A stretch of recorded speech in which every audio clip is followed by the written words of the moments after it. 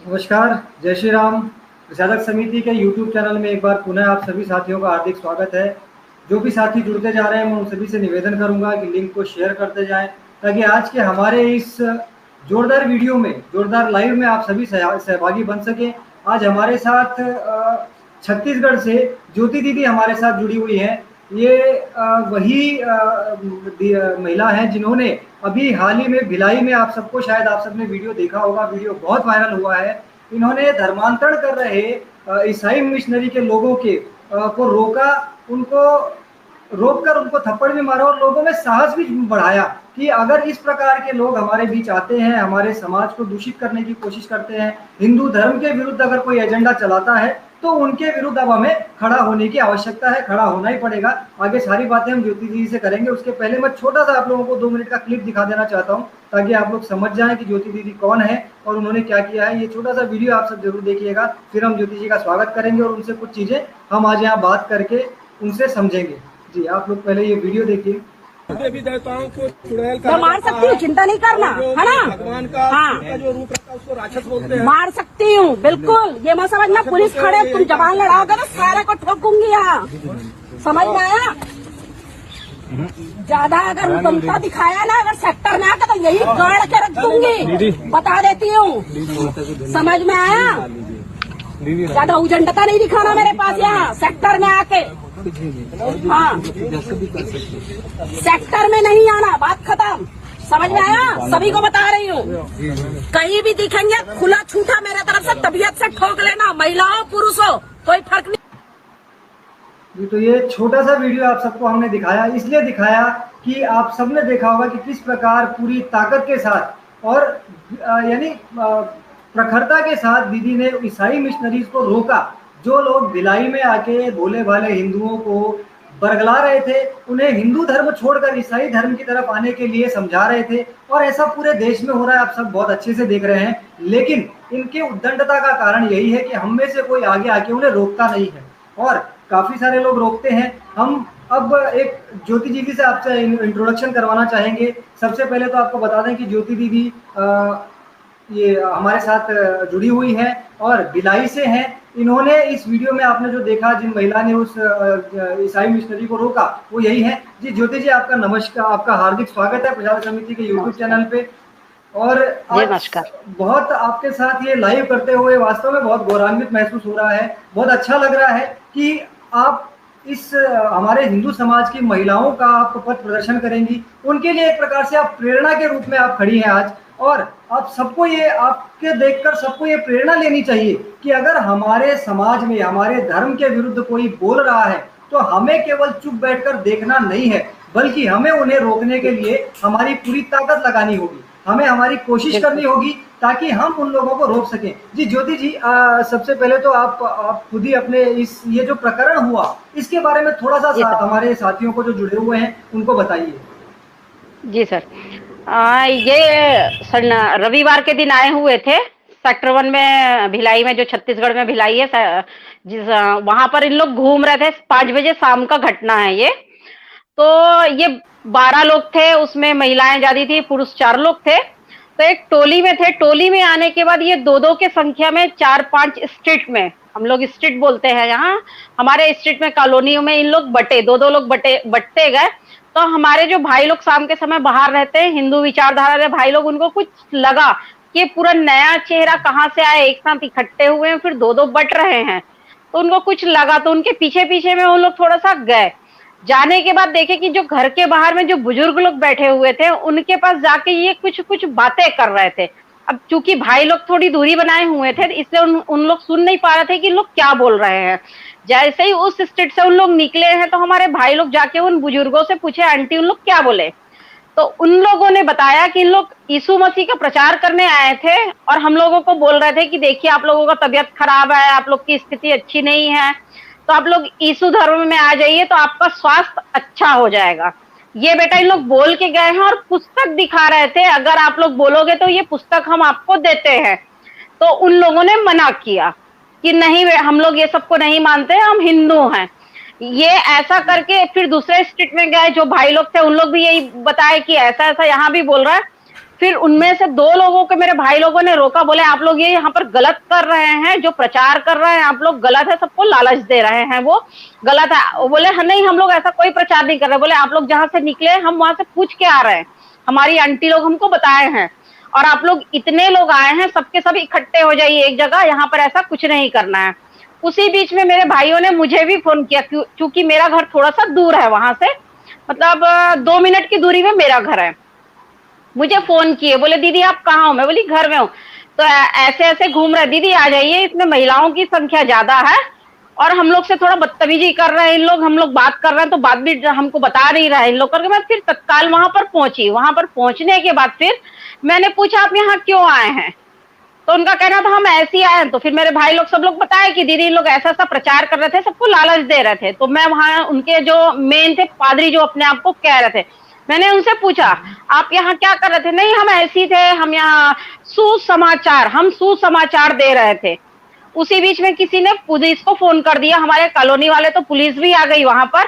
Police के आने के बाद फिर वो मुझसे थोड़ा सा मतलब एक शब्द बोले, एक कटु शब्द जो मुझे अच्छा नहीं लगा। तो मैंने कहा ऐसा मत बोलिए। तो बोलते हैं क्या करोगी? मैं बोली मैं उनको थप्पड़ लगाई। फिर उसके बाद उन्होंने जैसा बोलते हैं ना किसी को चिढ़ाने वाला ये रहता है, तो आप देखे होंगे वीडियो में, दांत दिखा के मेरे को और चिढ़ा रहा है वो। तो मैंने फिर उनको कहा, मैं बोली यहीं गाड़ के रख दूंगी, अगर आपको लग रहा होगा पुलिस आ गई है और आपका सुरक्षा करेगी तो ये गलत समझ रहे हो आप। बोली मैं यहाँ पर मैं आपको भिलाई में अपने सेक्टर में ऐसा कुछ नहीं करने दूंगी, जो आप लोग यहाँ पर दुष्प्रचार कर रहे हैं वो नहीं करने दूंगी। घटना ये है उस दिन का। जी, और ये सब आपने जो जैसा बताया कि आपके भाई लोग यानी जो जागरूक हिंदू हैं उन्होंने इस चीज पर दृष्टि रखी, इसलिए ये चीज हमारे सामने आई। वरना ऐसा तो हमारे देश में सभी जगहों पर लगभग ये कर्मकांड इनका चल रहा है, और ये लोग खुलेआम पूरे देश में खुलेआम हिंदुओं का धर्मांतरण ये कर रहे हैं। लगातार हिंदू ईसाई बनते जा रहे हैं, मसीही बनते जा रहे हैं, बर्बाद हो रहे हैं। लेकिन वास्तविकता है कि हमारा शासन प्रशासन किसी तरीके से इन लोगों को रोकने में असफल है, इसलिए आपको आगे आना पड़ा, आपको हाथ उठाना पड़ा, वरना शायद आपको जरूरत नहीं पड़ती यदि शासन प्रशासन अपना काम करता। जी सर जी क्या है, मैं 7 सालों से हिंदू धर्म के लिए काम कर रही हूँ। जिस प्रकार से मैंने देखा यहाँ पर कन्वर्शन बहुत ज्यादा हो रहा है करके, तो मैं इस फील्ड में फिर मैं काम करने निकली हूँ कि यहाँ मैं नहीं होने दूंगी अपने छत्तीसगढ़ में। तो अभी 3 महीने के अंदर में सर 6 जगह हमको इन लोग मिले, हमने समझाइश दे के छोड़ा है। वो सारा वीडियो हर जगह मेरा वायरल हुआ है, वो भी कि मैं समझाइश दे के छोड़ रही हूँ। और हम लोग फिर थाने में उनके लिए हम कंप्लेन करने जाते हैं तो हमसे आवेदन लिया जाता है सर, कार्रवाई कुछ नहीं होती है, सिर्फ आवेदन लेते हैं। मैं सारे थानों का नाम भी बता सकती हूँ आपको जहां हमसे आवेदन लिया गया है। और फिर आवेदन लेने के बाद हम लोग बोलते हैं क्या कार्रवाई?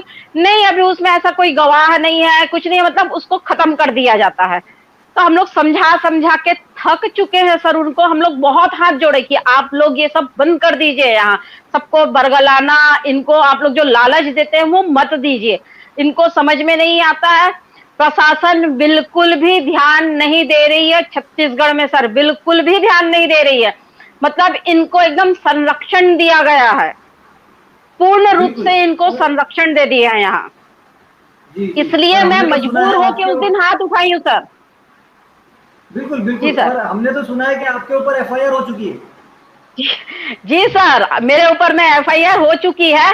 होना उनके ऊपर चाहिए था, लेकिन मेरे ऊपर में हुआ है। हम उनके लिए मांग किए कि इनके ऊपर नाम सहित, गाड़ी नंबर सहित हमने एफआईआर का मांग किया, तो हमसे आवेदन लिया गया और मेरे लिए तत्काल कार्रवाई हो गई है। उनके लिए अभी भी कार्रवाई नहीं हुई है। 7 दिन का यहाँ के एडिशनल एसपी संजय ध्रुव सर है, उन्होंने समय मांगा है कि हम 7 दिन में कार्रवाई करेंगे, ये उनका कहना है। तो हम अभी 7 दिन तक अभी उनके जाएंगे, 7 दिन बाद उनसे पूछेंगे कि आपने क्या कार्रवाई किया है।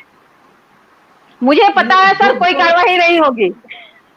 2 कहावतें याद आती हैं, एक तो है चोरी ऊपर से सीना चोरी, क्योंकि एक तो ये लोग आते हैं, हमारे ही लोगों का धर्म परिवर्तन, ये संवैधानिक भी नहीं है, ये असंवैधानिक है, गैर कानूनी है। वो कार्य ये खुलेआम करते हैं थोड़े होकर, क्योंकि इन्हें पता है कि कानून इन्हें नहीं बिगाड़ सकता। ठीक है, सोच उनके दिमाग में ली है, तो बिल्कुल बिल्कुल एक तो सर। चोरी ऊपर से, और उन्होंने आपके खिलाफ एफआईआर करवा दी, तो ये चोरी जी सर। सीना चोरी। दूसरा, सीना उल्टा चोरी जो है। कोतवाल को डांटे, अब पुलिस कोतवाल को वालों ने डांटे। आप पे एफआईआर कर भी ली। बिल्कुल। यानी ये उसमें हमारे बिल्कुल देश देरी नहीं की, किए। क्यों करेंगे? आप मेरे तो ऊपर हिंदू है ना। एफआईआर करने में बिल्कुल भी देरी नहीं किए, बिल्कुल भी नहीं। रात में मेरे ऊपर में 9:30-10 बजे रात को एफआईआर हुआ, किसी को जानकारी नहीं। सुबह जब हम न्यूज़पेपर पढ़े तो पादरी को पिटाई करने वाली महिला पे एफआईआर, ये हेडिंग था सर यहाँ का, पेपर में, पादरी न्यूज़पेपर में हेडिंग पादरी था को हमारे लिए। पिटाई पादरी को पिटाई करने वाली महिला पे एफआईआर, लेकिन वो पादरी की पिटाई क्यों की, जबकि वहां सारे पुलिस वाले खड़े थे? जहां आपने पीटा जी है वहां पुलिस वाले भी खड़े जी। हैं, तो क्या वो पुलिस वालों को समझ में नहीं आया क्यों पीटा? सुनिए ना सर, पुलिस हाँ, बाद में आई, पुलिस वालों को उनको लाइन अटैच कर दिया गया है सर। क्यों लाइन अटैच किए हैं? क्योंकि आप पादरी को नहीं बचाए मार खाने से। मेरे वो 2 पुलिस वाले जो आए हैं लाइन अटैच हो गए हैं सर। क्या कहना है, वाह, आपने बचाया क्यों नहीं? मतलब पादरी को, उनको पुलिस वालों को बचाना था, मतलब जी वो जी हाँ, अभद्रता कर रहे थे, उनको बचाना था भाई। वो पुलिस वालों को तो नहीं मालूम था सर, वो मुझसे अपशब्द कहेंगे और मैं मारूंगी। उसमें बिल्कुल उन पुलिस बिल्कुल। वालों की कोई गलती, मैंने उनको कहा भी कि भाई पुलिस दूर में खड़ी थी, उसके जी बाद भी वो बदतमीजी किए मेरे से, तब मार खाए। तो मेरे कारण, मैं जहां तक समझती हूँ, मेरे कारण ही बोलूंगी, वो बेचारे दोनों लाइन अटैच हो गए। नहीं, वो एक और ये हिंदू तो के यहाँ शासन। साथ में थोड़ा सा आ गए ना, थोड़ा सा गलती से वो हिंदू के साथ में आ गए, तो उनपे तो लाइन अटैच होनी थी। हिंदुओं के हित में काम ऊपर करना इस देश में बहुत बड़ा ऊपर गुनाह है। ऊपर से दबाव आया सर उनके लिए, उनको लाइन अटैच किया जाए, सस्पेंड बिल्कुल किया जाए, तब बिल्कुल। उनको किया गया है। क्यों? क्योंकि मैं तो सीधा बोलती हूँ सर, जो पादरी, यहाँ जो पादरी जो अपने आप को बोलते हैं ना, हम पादरी सुसमाचार हैं, नन, वो यहाँ के शासन प्रशासन अपने उसको दमाद मान रहे हैं आप।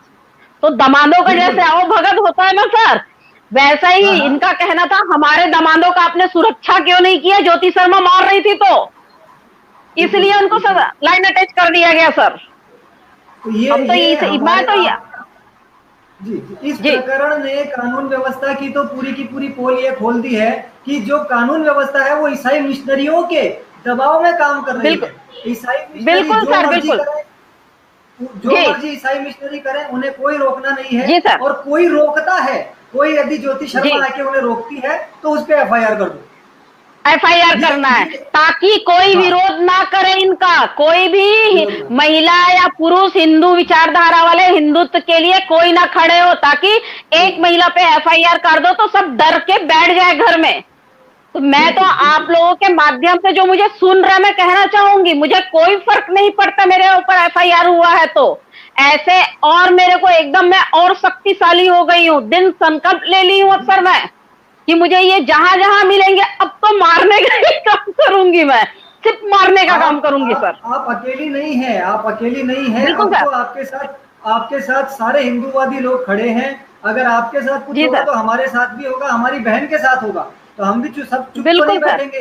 तो आप कहीं से बिल्कुल अकेली सर। नहीं है, आपके साथ हम सब, आप पूरा प्रशासक समिति परिवार और हमारे जितने भाई देख रहे हैं वो सब आपके साथ हैं। जी भाई। और आप, जी सर। मैं सही बताऊं, आपसे बात करते हुए इस समय मेरे रोंगटे खड़े हो रहे हैं कि आप एक प्रेरणा की तरह बाहर निकली। और वास्तव में मुझे बहुत अच्छा लग रहा है कि देखिए, हम जी भले ही सर। सोशल मीडिया पे काम कर रहे हैं, हम जी चाहे कुछ भी कह लीजिए, हम जमीन पर नहीं उतर पा रहे हैं, हमारे बहुत सारे लोग जमीन पर जी सर। कार्यरत भी हैं, मैं पर्सनली नहीं उतर पा रहा हूँ, लेकिन आप लोग जी जब जी जमीन पर इतना अच्छा काम करते हैं तो हमारा कर्तव्य जी है कि आपकी इस कार्य को, जो प्रेरणा दे लोगों जी को, उसको सोशल मीडिया पर जी हम जितना लोगों तक पहुंचा सकते हैं हम पहुंचाएंगे। आपके उस वीडियो को भी पहुंचाया, आपके इस लाइव को भी हम जन जन तक पहुंचाने की कोशिश करेंगे, ताकि जी लोगों को पता चले कि भाई ये जो जी जी सारे जी प्रकरण हो रहे हैं इसके 2 कारण हैं। जी। एक, हमारे कानून की विफलता पूरी तरह, बेस। और दूसरा कारण बिल्कुल। ये है कि हिंदुओं को इतना ज्यादा परेशान कर दिया गया है, इतना ज्यादा बिल्कुल परेशान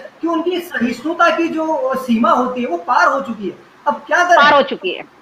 हाँ, एक वो बिल्कुल कहावत सर। और है ना, मरता क्या ना करता, तो हमारा तो अस्तित्व जी। खतरे में आ चुका है। आप बिल्कुल। आज देखिए, 8 से 10 राज्य हिंदू ऑलरेडी अल्पसंख्यक हो चुके हैं, ये तो ऑन रिकॉर्ड है। उसके अलावा ऑफ रिकॉर्ड भी ऐसे कई सारे राज्य होंगे जहां हिंदू अल्पसंख्यक हो चुके होंगे। तो ये हिंदुओं की हालत है। तो क्यों हम लोग इस प्रतिकारात्मक रवैये को नहीं अपनाए? अगर शासन प्रशासन अपना काम ठीक से करेगा तो हमको क्यों आगे आना पड़ेगा? तो ये पूरी तरह शासन प्रशासन की विफलता है और हम सभी हिंदुओं को ज्योति जी से प्रेरणा लेना होगा, सीखना होगा कि अगर हमारे आसपास कुछ भी गलत हो रहा है और हम आंख मूंद कर बैठे हैं तो हम भी उसके गुनहगार हैं और उसकी आंच हमारे ऊपर भी आएगी ही आएगी। बिल्कुल सर, आना ही है। हाँ, हमें जितना सामर्थ्य हो अपने लोगों को साथ लेकर उनके विरुद्ध कार्रवाई करवानी होगी। कानून करता है, प्रशासन करता है तो ठीक है, और नहीं तो ज्योति जी ने भी मजबूरन थप्पड़ मारा है, उनकी कोई इच्छा थोड़ी थी कि जाओ और किसी को थप्पड़ मार दो। हमको तो ये संस्कार दिए नहीं गए, ना सिखाए गए। बिल्कुल क्या करें? बिल्कुल हमारे अपने मजबूर हो गए। मैं मजबूर हो गई थी सर जी। बिल्कुल। अब भाई वहां पर थप्पड़ मारना एक मेरी मजबूरी बोलना चाहिए। ऊपर से वो चिढ़ा रहा है आपको कि एक और मारो।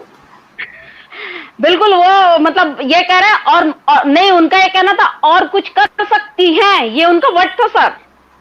अच्छा। और कुछ कर सकती हो, ये उनका वर्ड था, तब मैंने उनका गला पकड़ा है। मतलब आप इतने मतलब इतना उजंडता है उनमें कि आप हमको इतना चिढ़ा रहे हो कि तुम कुछ नहीं कर सकते हो। तो ऐसा तो उनका गलत फहमी है सर कि हम कुछ नहीं कर सकते हैं। हम ठीक है, हम बहुत नर्म दिल वाले हैं, हिंदू लोग कट्टरपंथी नहीं है, लेकिन ये हमें अब मजबूर कर रहे हैं कट्टर बनने के लिए। हम कट्टरवादी नहीं है, लेकिन इन लोग हमको मजबूर कर दिए हैं कि हम कट्टरवादी रहे अब, और अब वो कट्टरता आ चुकी है। लेकिन इन लोगों को समझना होगा कि अगर वास्तव में हिंदू कट्टरवादी बन गए तो इनका अस्तित्व वास्तव में खत्म हो जाएगा, क्योंकि हिंदू खत्म हो जाएगा, पूरा खत्म हो जाएगा बनने का। बिल्कुल जी। तो हम तो इस लाइव के माध्यम से प्रशासन से निवेदन करना चाहेंगे कि वो अपने काम को पूरी निष्ठा से, बिना भेदभाव के और तरीके से करे, ताकि और ज्योति शर्माओं को बाहर निकलकर किसी को थप्पड़ ना मारना पड़े। उनका कोई खानदानी पेशा थोड़ी है, मजबूरी में उनको बाहर आना पड़ा, मजबूरी में थप्पड़ मारना पड़ा। और अब पुलिस इन्हीं पे एफआईआर कर दी कि भाई तुमने उनको रोका क्यों? वो कानून तोड़ रहे हैं, वो असंवैधानिक कृत्य कर रहे हैं, उन पर एफआईआर नहीं होनी। लेकिन ज्योति शर्मा ने उन कानून तोड़ने वालों को, उन संविधान का अपमान करने वालों को रोक दिया। ये इनसे गड़बड़ हो गई, ये बड़ा पाप हो गया इनसे, इन पे एफआईआर हो गई है। लेकिन ये सहन नहीं किया जाएगा। अब हमारा समाज इतना भी मूर्ख नहीं रह गया है जैसा 7-8 साल 10 साल पहले था। अब वो मूर्खता हमारे समाज में नहीं रह गई है। हमारा समाज भी अब समझदार हो रहा है और हिंदू जागरूक हो गए हैं सर, सभी जागरूकता हो गए हैं, सब जागरूक हो गए हैं। तभी तो मेरे पास मेरे को खबर दिया गया ना, कॉलोनी में घूम रहे थे, उनमें लगा कि ठीक है इन लोग कुछ कर रहे हैं, तो उनको मालूम है कि ये दीदी काम करती, जागरूकता के कारण मेरे पास खबर आई ना। बिल्कुल। तो वो जागरूकता अब सब में आ रही है। आज मैंने मारा है, आज मैंने विरोध किया है, हो सकता है आगे इन लोग कहीं और मिले तो और कुछ विरोध करेंगे ही करेंगे, क्योंकि वो जागरूक हो चुके हैं। हिंदू समाज जाग गया है। अब करना पड़ेगा, क्योंकि कानून और प्रशासन अपना काम नहीं कर पा रहा। मैं फिर वही लाइन बार बार दोहरा रहा हूँ कि कानून और प्रशासन अपना काम सही से नहीं कर पा रहा, नहीं कर रहा, या किसी दबाव में नहीं कर रहा। दबाव भी तो होता है, दबाव में नहीं कर रहा है, दबाव में नहीं कर रहा है, दबाव में सीधा बोलूंगी सर। मैं आज का घटना बता रही हूँ, अभी 10 मिनट हुआ है, मैं घर पहुंची हूँ, सुबह 11 बजे से बाहर गई हुई थी सर। यहाँ इसमें चरोदा है, जी कैबिन कहलाता है, वहां सामुदायिक भवन में 2 साल से लालच दे करके धर्म परिवर्तन कराते थे। तो मेरे भाई लोग मेरे को 2-4 दिन से बता रहे थे, दीदी संडे के दिन यहाँ बहुत लोग आते हैं, आप लोग आइए, आप लोग आइए। आज हम गए, जो छत्तीसगढ़ के उनके मेन लीडर हैं सर, मेन लीडर, वो पूरा उनका रजिस्टर सहित आज पकड़ में आए हैं। अच्छा। जी कैबिन चरोदा में पूरे छत्तीसगढ़ के जो मेन है उनके आज वो पकड़ में आए हैं। वहां पर पूरा उनका रजिस्टर था। सामुदायिक भवन जो सर्व समाज के लिए होता है, उसको उन्होंने अपना चर्च बना के रखा हुआ था, और पूरे गांव को ये कहते थे कि ये यहाँ के जो पूर्व विधायक हैं वो हमको दिए हैं, मिशनरियों को दिए हैं। ये सभी गांव वालों को ये बता के भ्रम फैला के रखे थे। सीधी सी बात है, गांव में कोई कार्यक्रम होता था, उनको बोलते थे तो बोलते थे ये हमारा ही है, आप लोगों का नहीं है। आज हम जाने से पहले पुलिस को सूचना दे दिए थे कि हम वहां जा रहे हैं। हमसे पहले पुलिस वहां पहुंच गई थी उनकी सुरक्षा के लिए सर। बिल्कुल पूरा सुरक्षा, पूरा घेराबंदी उनका हो चुका था। हमें खुद को नहीं मालूम था कि सबसे मेन पूरे छत्तीसगढ़ के उनके हेड है वो वहां मिल जाएंगे हमको। आज वो वहां 2 महिला 2 पुरुष बैठे हुए थे, पूरा लिखा पढ़ी कर रहे थे, किसी को 10,000, 20,000, 50,000 सबको दिए, पूरा रजिस्टर में एंट्री है सर। मैं थाने में अभी जमा करवा के आ रही हूँ। वैसे वैसे 3 छोटे छोटे मैंने डायरी वहां पर जमा करवा के आई हूँ।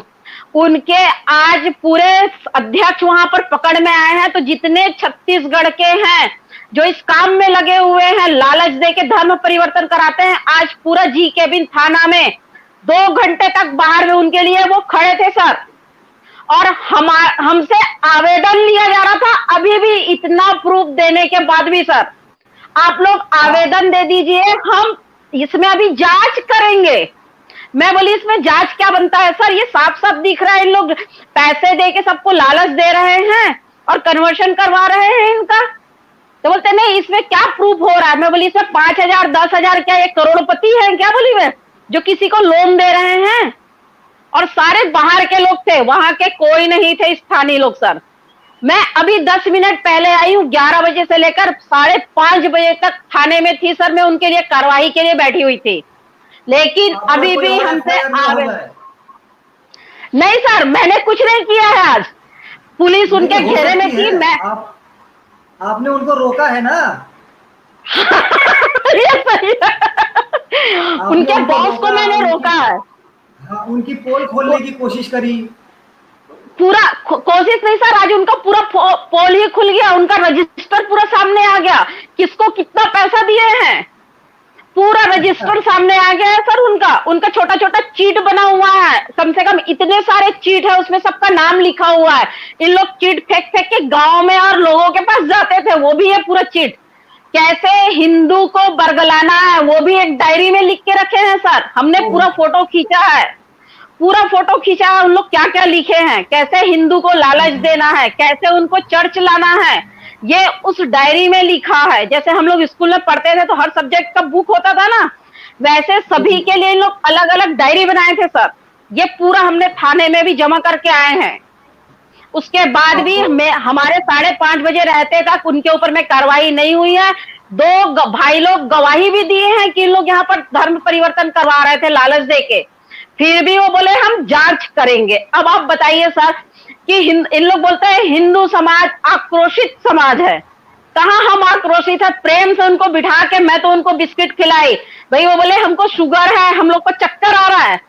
तो मैंने तो सबसे पहले यही पूछा, आप लोग तो बोलते हो कि हमारे यीशु ठीक करते हैं, तो आपको काहे शुगर है, यीशु को बुला लीजिए। यीशु को बुला लीजिए बोली सर। मैं बोली सर ये चीज मैं बोली कि आप यीशु को बुलाइए, वो आपको ठीक कर देंगे, आप तो सबके घर में ठीक करने जाते हैं, तो आपको काहे चक्कर आ रहा है बोली मैं। लेकिन मानवता के नाते मैंने उनको बिस्किट दिया, पानी दिया, पुलिस से ही दी उनको। मैं बोली देखिए भाई बहुत देर से बैठे हैं, क्या मतलब करके लोग खिलाए पिलाए उनको, क्योंकि ये हमारा मानवता है सर। उनमें रहे ना रहे उससे मुझे कोई फर्क नहीं पड़ता है।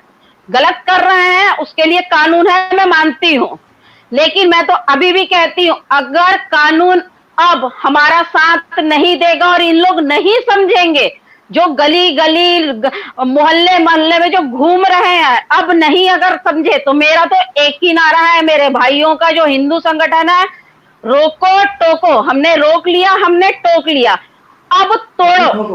रोको, हाँ, ठोको और तोड़ो, दोनों चीजें, ठोकेंगे भी और तोड़ेंगे भी सर।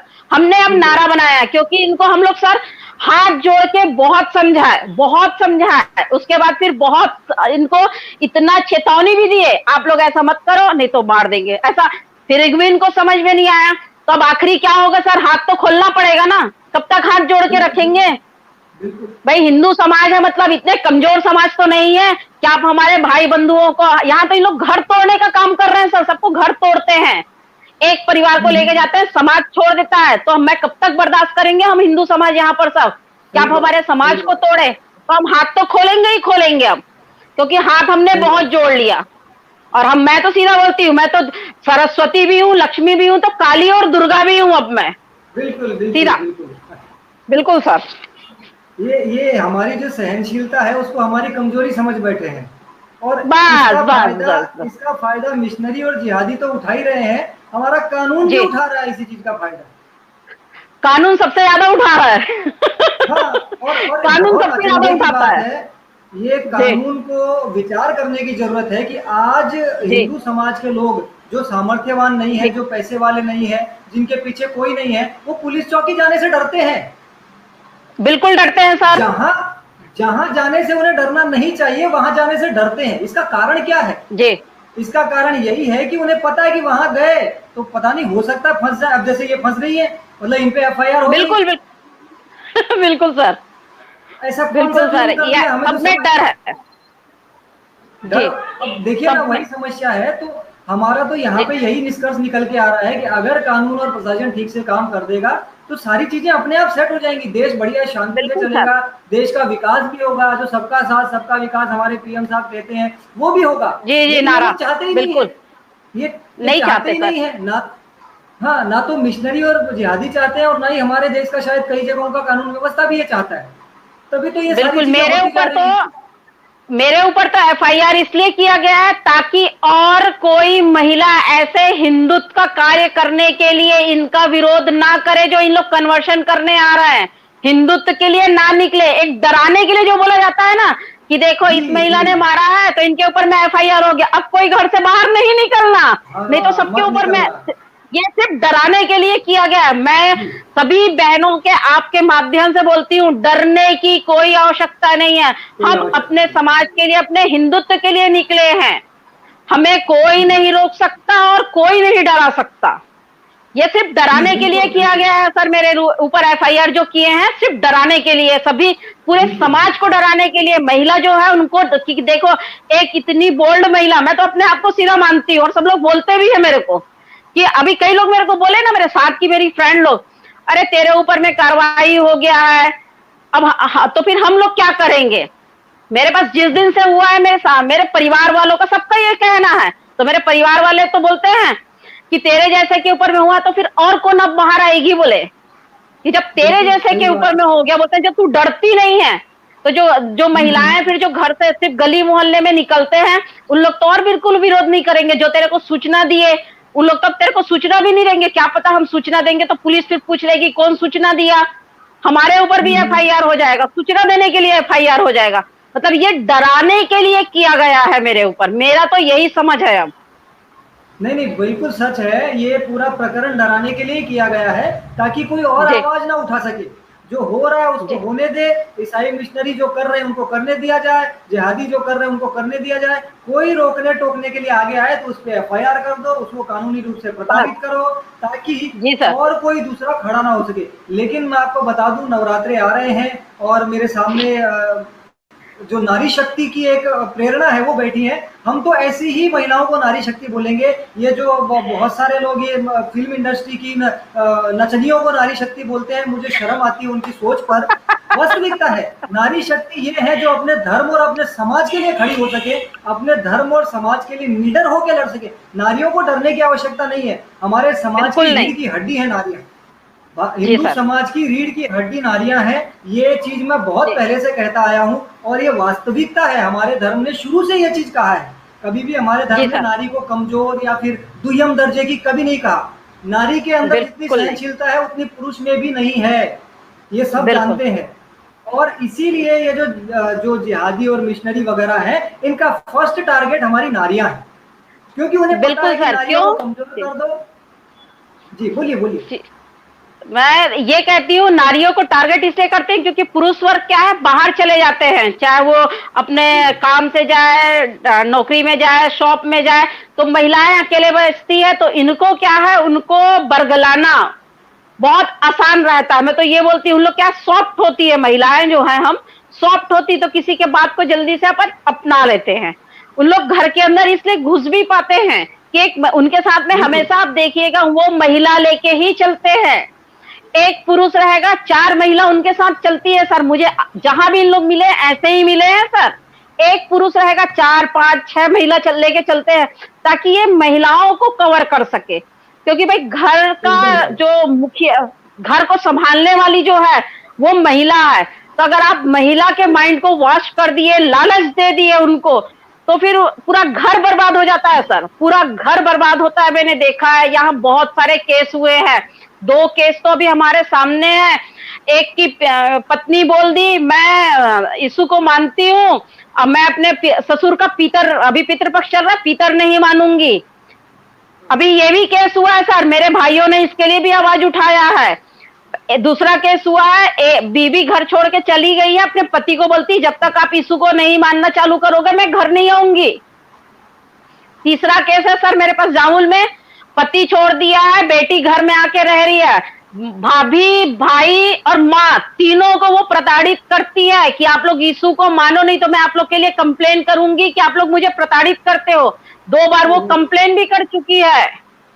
अपने भाई भाभी जिनके यहाँ रहती है और खाती है, उनको इतने कब्जे में कर लिए हैं। क्यों? क्योंकि वो घर में बेटी है तो उसको हिस्सा मिलेगा, हिस्सा। वो बोलती है ये चीज को, हम उससे मिलने गए, आप लोग आए हो मेरे को इस घर से भगाने। हम बोले आपको भगाने नहीं आए, बोले। और हम उनके घर गए सर, तो घर के देवी देवता को पूरा वो बाहर फेंक दिए लड़ झगड़ के, और घर में पूरा क्रॉस बना दी थी सर। पूरे घर में अपने भाई भाभी और माँ से लड़ लड़ के क्रॉस बनाई थी, जिसको हमने स्वास्तिक बना के आया उनके घर में। हम गए, स्वास्तिक बनाए, हमने कहा इसको बिल्कुल नहीं मिटाना। आपका पति आपको छोड़ दिया है, यीशु को मानने लग गए हो, लालच में आ गए, उनका अपने बच्चे को भी छोड़ दिया है। इन लोग घर तोड़ने का काम कर रहे हैं सर, यहाँ घर भी तोड़ते हैं इन लोग। महिलाओं को अपने वश में कर लेते हैं, महिलाएं उनके पास रहना चालू कर दी हैं। ऐसे बहुत सारे हमारे पास केस आए हैं अभी कि घर छोड़ के उनके चर्च में रहना चालू कर दी है। जो नन लोग घूमते हैं उनके साथ रहना चालू कर दिए हैं, क्योंकि पति लोग सीधा बोलते हैं। और मैके वाले भी, कुछ जगह है जहाँ मैके वाले भी नहीं रखेंगे बोल दिए हैं। इसकी बिटिया के लिए भी अभी FIR हो गया। उसकी माँ खुद की है सर, कि अपनी माँ को इतना गाली देती है वो लड़की, जिसके माइंड को इन लोग इतना, मतलब मैं तो बोलती हूँ अपने अंडर में कर लिए हैं, ये बोलना ज्यादा अच्छा है। उन लोग जैसा बोलते हैं घर में आके वैसे झगड़ा करती है वो। पूरा मोहल्ला उस लड़की से त्रस्त है सर, इतना रात में हल्ला करती है वो।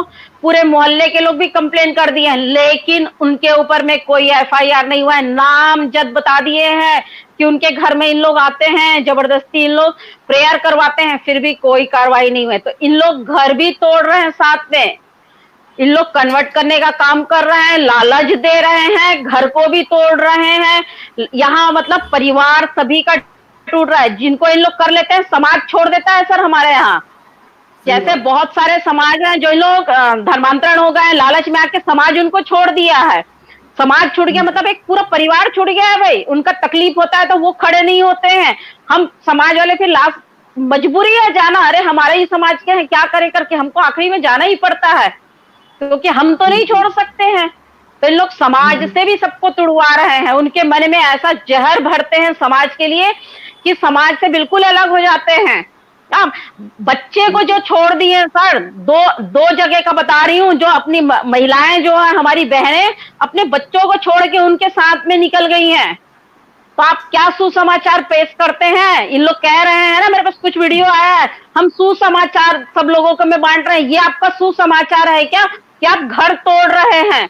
सुसमाचार वो नहीं होता है, घर जोड़ना सुसमाचार होता है, घर तोड़ना नहीं होता है। इन लोग घर तोड़ते हैं सबका, सभी का। भाई बहन अलग हो रहे हैं, बिल्कुल भाई बहन अलग हो रहे हैं, मियाँ बीबी अलग हो रहे हैं। यहाँ बेटियां अपना ससुराल छोड़ छोड़ के आके बैठी, उनका तो भविष्य तबाह हो गया है सर। पूरा ससुराल वाले उनको भेज के बिठा दिए हैं। तो इन लोग कर क्या रहे हैं मेरे को ये समझ में नहीं आता। और अपने आप को कहते हैं हम यीशु के हैं, हम सुसमाचार कर रहे हैं। ये नहीं है सुसमाचार। सुसमाचार करना पढ़ना है तो आप लोग गीता भागवत पढ़ के देखिए कि समाज को जोड़ के कैसे रखा जाता है। तो वो तो इनको अच्छा लगता नहीं है सर गीता भागवत, वो तो फिर उनके लिए कुछ नहीं है। उनके लिए तो बहुत कुछ बोलते हैं जो हम लोग सुनते हैं, और बहुत सुन सुन के हम लोग सहन किए हैं। हमारे भगवान के लिए बहुत बोलते हैं सर इन लोग। दुर्गा माता बिठाते हैं, अभी डेरा बस्ती फरीदनगर है, वहां 40 परिवार का हमने घर वापसी करवाया है, जिनको इन लोगों ने लालच में अपने में कर लिया था। घर वापसी करवाए हैं हम लोग, 1 महीना हुआ है अभी सर। वहां दुर्गा माता बिठाते थे तो इन लोग उसको गाली देते थे हमारी माता को। इन लोग, हमारे पास पूरा वीडियो है, सब चीज है, थाने में हमने लिखित में दिया है। उसके बाद भी कोई कार्रवाई नहीं हुई है सर इनके में, इनका कुछ नहीं है सर, कानूनी बिल्कुल नहीं होता सर, बिल्कुल सर, बिल्कुल संरक्षण प्राप्त है, मोटे पैसे आते हैं, तो कार्रवाई तो इन पे बहुत मुश्किल है होना। तो यहाँ आपकी सारी बातों से इतना तो सुनने वालों को समझ लेना होगा कि यदि अपने परिवार को बनाए रखना है, यदि अपने समाज को बनाए रखना है, धर्म और देश छोड़ दो वो बाद की बात है, वो बहुत बड़ी बात है, कम से कम अपने परिवार और अपने समाज को यदि आप बनाए रखना चाहते हो तो खुद सावधान रहो। अपने परिवार के हर व्यक्ति को, चाहे वो छोटा बच्चा है, चाहे वो बच्ची है, चाहे वो औरत आपकी पत्नी है, आपकी माँ है, आपकी दादी है, जो भी है, बुजुर्गों को भी मत छोड़िएगा, क्योंकि ये उनको भी नहीं छोड़ते हैं, ये उनके माध्यम से भी आपके परिवार में जहर घोलकर बर्बाद कर रहे हैं। जी सर, जी सर, जी सर। अपने परिवार, अपने समाज को ठीक ठाक रखना चाहते हैं, जिंदगी को खुशी रखना चाहते हैं, तो अपने परिजनों को, हर परिवार के लोगों को अपने धर्म संस्कृति का ज्ञान दीजिए और इनके प्रति सतर्क कीजिए, क्योंकि आप जब तक समस्या अपने परिजनों को नहीं बताएंगे वो सतर्क नहीं होंगे। आपने चलो ठीक है धर्म का ज्ञान दे दिया, पूजा घंटी वगैरह कर ही लेते हैं हर कोई घर में, लेकिन अगर आपने उन्हें इनके प्रति सतर्क नहीं किया कि मिशनरियां ऐसे ऐसे करती हैं, जिहादी ऐसे ऐसे करते हैं, और भी बहुत सारे कई सारे हिंदुओं के नाम से भी संगठन बने हुए हैं कुछ, जो भी उल्टा सीधा काम ही करते हैं, उनके बारे में अगर हम सतर्क नहीं करेंगे तो हमारा परिवार बर्बाद हो जाएगा। और जैसा कि दीदी ने बताया, घर वाले छोड़ देंगे, सास ससुर छोड़ देंगे, फिर घर पे आके वो अपने घर वालों को लड़वाएगी, उनके ऊपर पुलिस में केस करेगी। अब सोचिए कि आपको कितनी समस्याओं का सामना करना पड़ेगा वो सूली पर टंगे हुए व्यक्ति की वजह से।